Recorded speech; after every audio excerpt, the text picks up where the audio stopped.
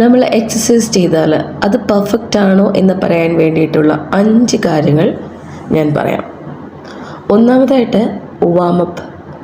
എപ്പോഴും വാമപ്പ് ചെയ്തിട്ട് മാത്രമേ എക്സസൈസ് തുടങ്ങാവുള്ളൂ.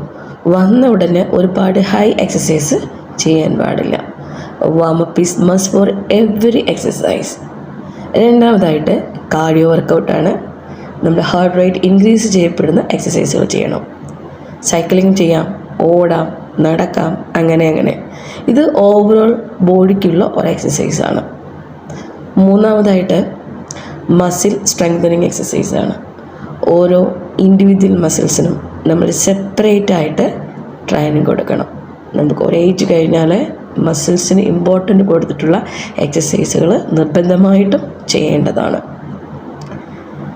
നാലാമതായിട്ട് പറയുന്നത് flexibility and mobility. One is A very important exercise. ഇത് എല്ലാ ഏജിലുള്ള ആൾക്കാർക്കുമുള്ള ഒരു അഡ്വൈസാണ്.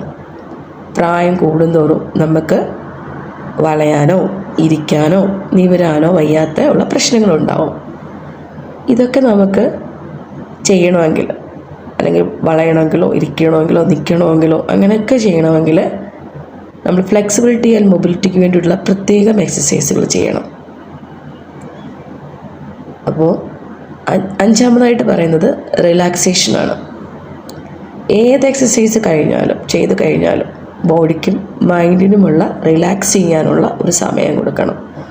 ഒരു 5 മുതൽ 10 വരെയുള്ള മിനിറ്റ് വരെ നമുക്ക് കൊടുക്കാവുന്നതാണ്.